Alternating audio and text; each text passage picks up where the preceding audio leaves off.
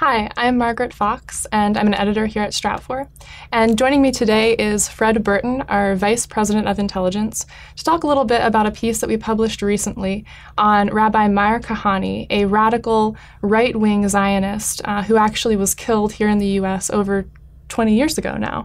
So Fred, this piece really was quite a story, starting from an assassination in 1990 on the streets of New York, and then going all the way up to another death in 1995 with the assassination of Israeli Prime Minister Rabin.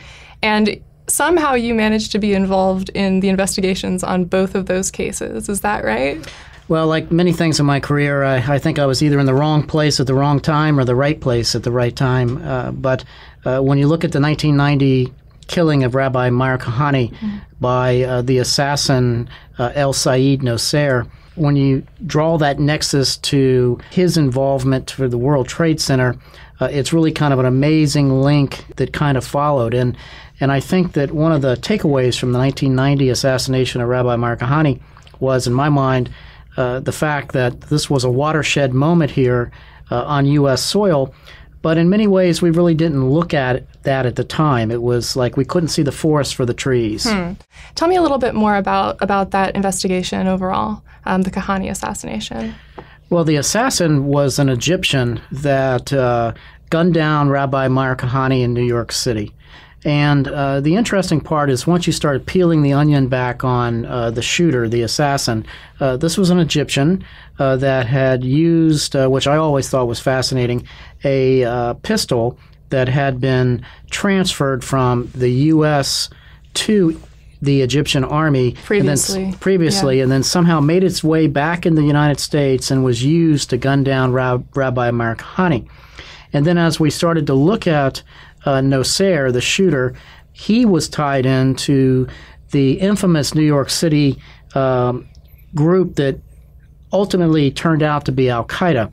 And that group was led by Sheikh Omar Abdul Rahman, the blind sheikh. So you can go back to this 1990 killing of Rabbi Meir Kahane and think about that nexus as he's tied into this World Trade Center group that ultimately attacks the World Trade Center in 1993, as well as Ramzi Youssef that was also linked into that cell. Sounds like there's a lot going on in this case, right? And I think when we were working together on writing the article and putting it together, I think we had a lot of trouble figuring out which direction to go because there are so many different paths we could follow. The connection to Al-Qaeda here in New York, but also Kahane himself and this idea of Jewish extremism, which I think people are a little bit less familiar with when it comes to religiously motivated violence, right? So could you tell me a little bit more about your experience with the DSS with Jewish extremists like Kahane? Be happy to. When you look at the killing of Rabbi Meir Kahane, the aftermath was another watershed moment for us in the protection field because his son, Benjamin, became the de facto leader of a group that was called Kahane Chi, which means Kahane lives in Hebrew. And that organization was tied into lots of protective security problems for us. Whenever we would have visiting either Palestinian or Israeli officials like Perez or Rabin or Sharon, the group would show up and plan demonstrations and follow the protective details around and at times try to throw things at the protectee at different venues. And so it became a protective intelligence concern for us. And then there was some extreme violence here in the United States as well, in that we suspected them of possibly carrying out an attack on the Syrian mission in New York City.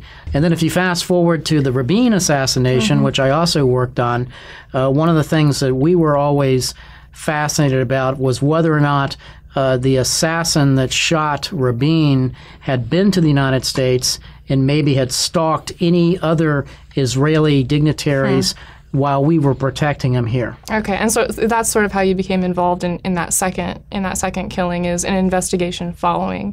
Is that right? To help prevent the same kind of thing in the U.S.? That's correct. We wanted to make sure that Rabin's killer had not traveled to the United States or any of his associates and tried to conduct surveillance of any protectees with the intention of carrying out an assassination here on U.S. soil.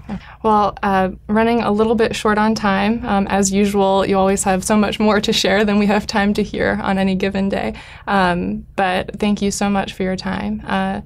These are two very, very important events, and it's great to get your inside perspective on it. Thank you, Margaret. Thank you. And thank you so much for watching. For more on this and other topics, please visit our website at stratfor.com.